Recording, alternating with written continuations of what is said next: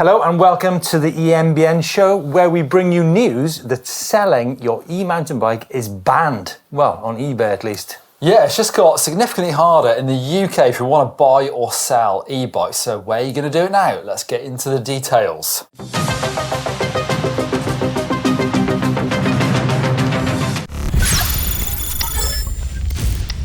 Yes, indeed. Where are you going to sell your e-mountain bike, if you need to sell your e-bike at least? Well, eBay brought this news, actually it was end of October if you missed it, whereby private sellers are no longer eligible to list their e-mountain bikes on eBay. It's only there for eligible business sellers only. And I think this comes from a European safety directive where e-bikes need to have the CE documentation on their bikes. I think this comes from stories of e-bikes burning. Concerns about fires, yeah. It's got to be, hasn't it? Although I'm sure you could get the correct CE documentation for legit bikes. Yeah.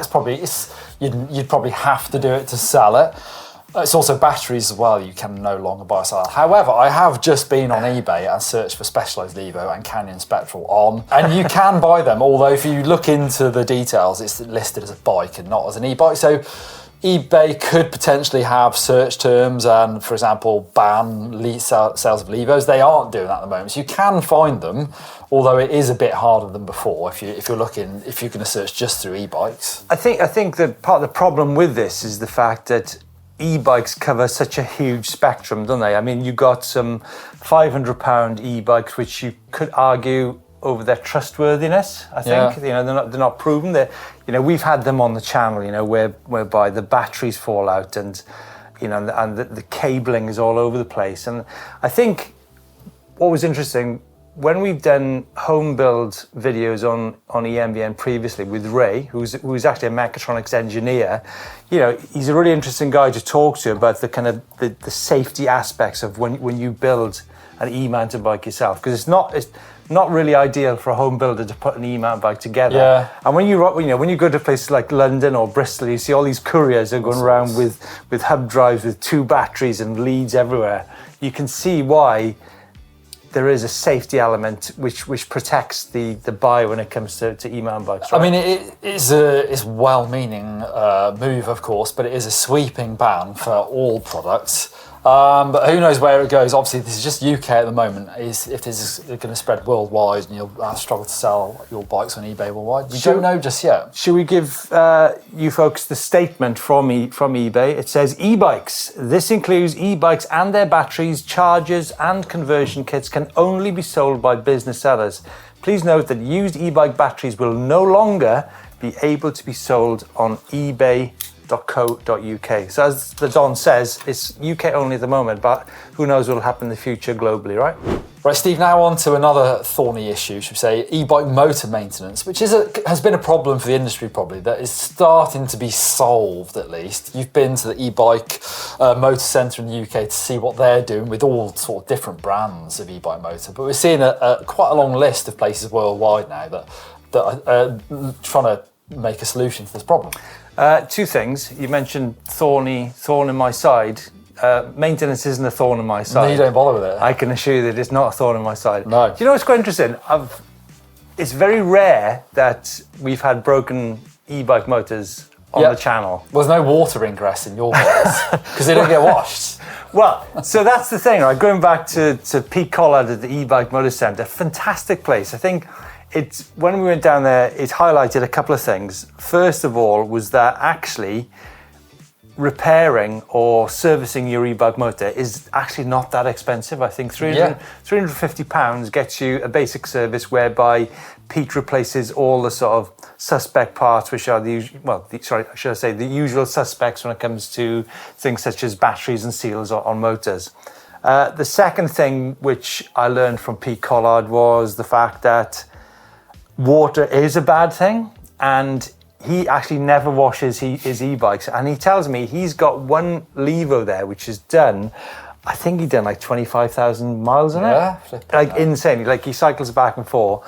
And it's quite interesting. Like he reckons that the first or second gen Bosch was actually the best motor ever made, and all it needed was a better bearing and seal in it, and he reckoned those motors will go 60,000 miles. Well, I've seen from I've been filming at home recently, Steve, using my own setup, and I've been taking bikes apart and seen that it's not necessarily a motor problem. It's the bike designer's problem. So there's water getting in somewhere, and it's generally not from the motor or the battery. It's from the headset or some other way water's getting in. So it's for the industry to solve a bit. The thing with the thing with water, and water is the culprit most of the time when it comes to drive units, is that we've been talking about CE documentation and all this kind of thing. The motor brands actually do legit testing on e-bike motors, but I think somebody was telling me that actually it was Ray was telling me that actually water gets sucked into motors because when motors heat up, the temperature differential between inside the motor and outside, it means that the moisture, and it can only be little particles get in there, and it's just a little particle causes... When it cools down. Yeah. I presume. That's a theory, at least. Do you remember your GCSE maths? I didn't get GCSE maths. Science. I certainly didn't get GCSE expand physics. and then contract, and when you wash it and it's cold, that makes sense. But at the same time, we actually took I'm going off down a massive tangent when it comes to batteries, motors, but we actually submerged batteries and a motor from Giant, and it continued working like 6 months later. Yeah. Absolutely mind-blowing. Anyway, back down to the service centers. Folks, it's a fantastic place to go and get your e-bike motor checked if your e-bike is out of warranty. Like I said, it doesn't cost that much money. And I think even like a major overhaul, you're still talking about £500. When you look at like derailleurs and cassettes, they're like 600 quid these days, right? I was going to say there's a partner in Nashville as well, and they're saying around $400 for a basic service to cover what is commonly broken. And then you've got Pure Sports Group Australia as well, Cyclochrome e-Bike Centre Canada. So if you're wondering how you're going to get your motor to these places, so this is an example, Pure Sports Group Australia, they use Australia Post to send the motors. There's a few things you need to check out, have a look at the detailed on their website. And then one in Canada, Don, Cyclochrome. Yeah, they do most. They got Bosch, Brose, Yamaha, Impulse, Panasonic e-bike motors, also some Bafang models as well. And there are partners in Germany, New Zealand, Hong Kong, Netherlands, Austria, and loads more. Great. So no selling e-bikes on eBay, but if you need to get them serviced and fixed, then e-bike motor centers are your go-to place. I have an update on the Canyon battery safety issue. Canyon has been in touch with its affected customers to say that they'll have a solution ready for the Spectral on and Torque on by February. More details should follow in mid-January, and they'll keep those customers updated via email. To thank customers for their patience, Canyon is offering a partial refund of their bike's purchase price, which can be paid out as credit to their bank account or as a higher value Canyon webshop voucher. By the way, that voucher option is not available in the UK, Canada and Australia. Canyon would like to stress that the reimbursement does not affect consumer rights in any way, not the ownership of the bike, nor the right to participate free of charge in the repair solution, nor any other warranty rights. Canyon also say that it remains committed to doing everything they can to get those customers back on their bikes as soon as possible. Okay, happy days. It's time to look at some of the locations and trails that you folks have been riding in the last few weeks. First up is Caroline. Now this is a specialised turbo lever at Helvellyn. That doesn't look like the last few weeks, Steve. It's sunny. Interesting thing about Helvellyn. Interesting fact about Helvellyn. Me and Louis did a Helvellyn route. Yep. It was from the Helvellyn ride that Louis said, I've got you, I can beat you on climbs. Really? True story. Anyhow, Helvellyn, you need to be, and indeed with any kind of e-mountain bike ride you go on, you need to be careful that you kind of understand the topography and the contour lines on the route, because Helvellyn in a clockwise direction, absolute disaster, because there's loads of steps. You literally be pushing your bike for 4 hours. Helvellyn in an anti-clockwise direction, you can ride down those steps. You can. The route to the top is reasonably smooth. I mean, the top section is quite difficult, but then you're going down the steps. So, yeah. Route finding. So I'm going off on another massive tangent. I hiked Cadair Idris, and I know you can ride it, but the way I hiked up it, you would not ride it. Yeah. What about Ben then? So I've often talked about fat e-bikes. I've ridden a fat bike in the sand dunes and it was brilliant. Yeah, and I've always thought I'd love to try a fat e-bike on the sand, but I don't suppose there's that many places you can legitimately ride it. Although Ben is in southeast Spain. Well, you say that. I think you can drive cars on many beaches in the UK true. and worldwide. Yeah, because it is fun. Me and Blake have done it and flipping it. It's good fun. Don, you've been called out by Border City MTB in the Lake District. Sorry to Neil about the mudguard. Have you got a problem with mudguards? I've got your problem, Don? A bit of a problem with the aesthetics of a rear mudguard. Although Border City, I understand. I like that. I see what you did there. Aesthetics. Aesthetics, yeah. All right, here's the thing, right? We've had the Nikolai Pinion MGU Saturn 16. It's got mudguards, custom mudguards front and rear. Surely you can take them off, Steve. You can take them off. I've ridden it with the mudguard. I saw it, and the pannier. Yeah, forget about the pannier. I've ridden it with the mudguards on. They don't make a noise, they don't get clogged up, and you've got a clean ass. Aesthetic, that. Well, you know what? I put them on my road bike years ago in winter, of course, take them off summer. And I sort of... spoke to Cy Richardson about why GCN don't have mudguards on their road bikes. He says, cool? Huh? Too cool? No, it makes them handle badly. Come on. Yeah, exactly, right? Okay, let's move on. Mount Byron. After having a stroke, I actually thought that said after having a 2-stroke years ago. Because it says YDX tomorrow. No, having a stroke 2 years ago, I'm getting back to riding with the Yamaha YDX Moro 7. Craig, that's an awesome bike with an awesome motor. And Brisbane.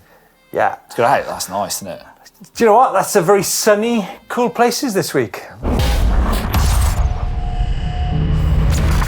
Okay, feedback time. We're going to look at some of the comments that we spotted ahead of this week's show. On our A to Z of e-mountain bikes, a look at the Top Bikes 2025, Kev B8828 asked, with bikes having removable and non-removable batteries, would you guys do a video on how a non-removable battery would be affected if you couldn't store the bike indoors? This is a really juicy question. Well, This is great. I guess it depends where you live, how cold it gets. But funnily enough, I've never worried about it. My garage is attached to my house, but it probably gets down to 5 or 6 degrees maybe. Mm-hmm. But actually 2 of the batteries in my drone have died in the last few weeks because they've been stored in there. Interesting. I've never really been concerned about my e-bike batteries, but I suppose if you are living in the wilds of Canada, it gets minus, below freezing, then you should probably do something about it. I've never actually even thought about this before, but it's going to have an effect of what type of e-mountain bike you buy, isn't it? I mean, or at least how you store it. Can you keep it heated somehow? I don't know. Yeah, it means the thing is not everyone can take their e-bikes into their house if they live in cold climates. I guess if you're living somewhere that cold where you're not going to ride it for a few months, you can always remove your battery, even if it's non-removable. You can spend the time to take the motor off and do that. Yeah, I think it's interesting. I mean, folks, if you've got a bike with a non-removable battery, how do you navigate this? I think it'd be interesting for Kev8828 to know. Back onto EMBN Show 359, the bodacious Bing. Any chance of getting one of those black puffy coats Steve's wearing in the video? And it has a hoodie on it as well, is that correct? Fashion tips, Steve Jones. It's not a custom jacket. Actually, it was a custom jacket. There was 2 of them. There was actually 2 of those jackets. I don't have one. All right. But there was only 2 ever made, basically. And do you know what? Here's an interesting point. That jacket has never been washed. No. In 7 years. Oh, yeah. Great. Only wear on special occasions. If you actually look at the logo on the side there, it's actually on a twist. The guy who was in charge of clothing at the time wouldn't actually let me have the jacket because the logo wasn't straight, and I literally said, sorry, I'm having it because it's the only ones here. Anyway, so sorry, there are none available. There are actually jackets available on the shop along with some other great goods. I need to get one of those, Tiffany. Okay, this is not a question, but we spotted this from Electric DB and thought it was a great insight into how e-bikes fit into people's lives.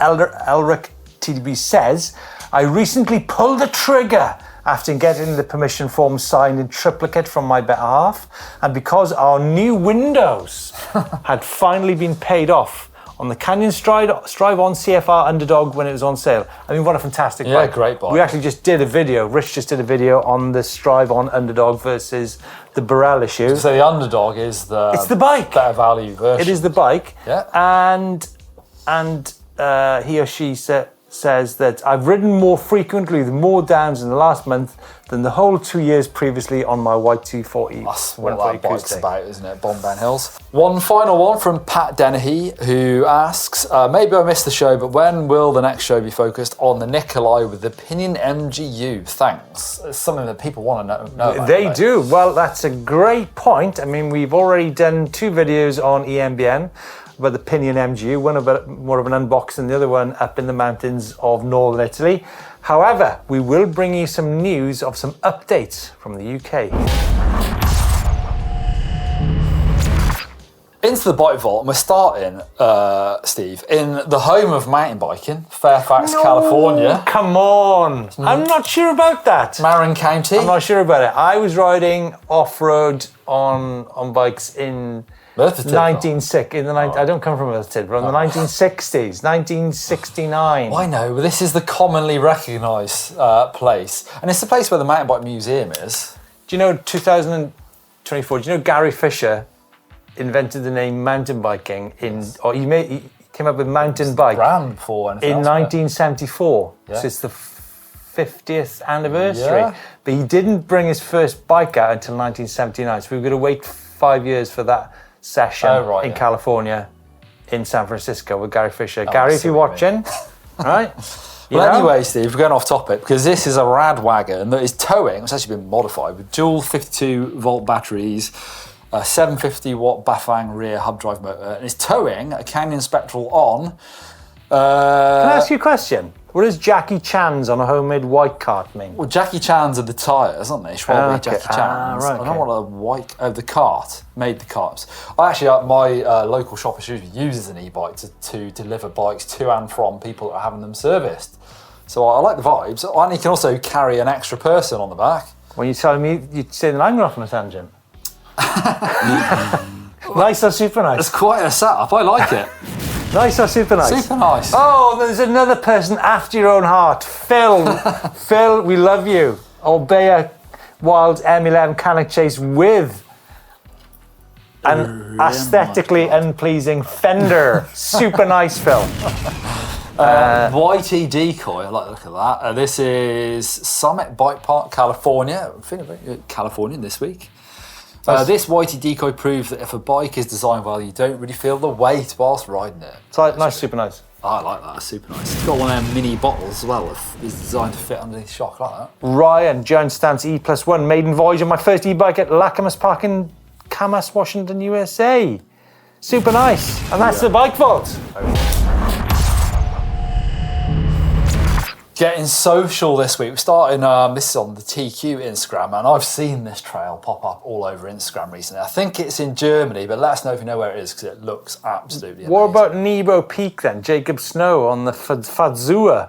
Yes. Where is Nebo Peak? That looks like the USA to me. I don't know, actually, though. Yeah. And then finally, we've got Florian Lurchbaumer. Balance is the key. Getting techie. Yeah.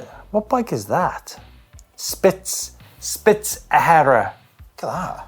Yeah. Pretty technical. That's like you want to be up that. Let's get your name all over it. Bit of tech riding, isn't it, Don? Yeah. How's the knee coming on? Oh, slowly. How's the knee coming on? Slowly. It's all that World Cup downhill racing you did. Did you know that the Don was top 10 at the World Championships qualifying back in 2000? Does that count, Steve? That's my claim to fame in qualifying. Come on. How many people have got top 10? I've had 2 9s. Oh, here we go.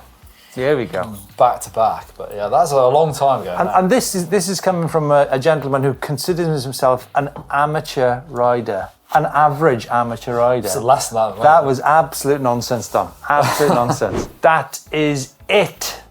That is it. You cannot sell your e-bikes on eBay anymore. Although it seems that many people still do. That's true. Probably is not the end of e-bikes on eBay. Let us know where you are going to sell them if you thought about doing it on eBay. I guess Facebook Marketplace, maybe it always feels like a dodgier place to sell things, not quite as risk-free, but I don't know. Let us know what you can do in the comments down below.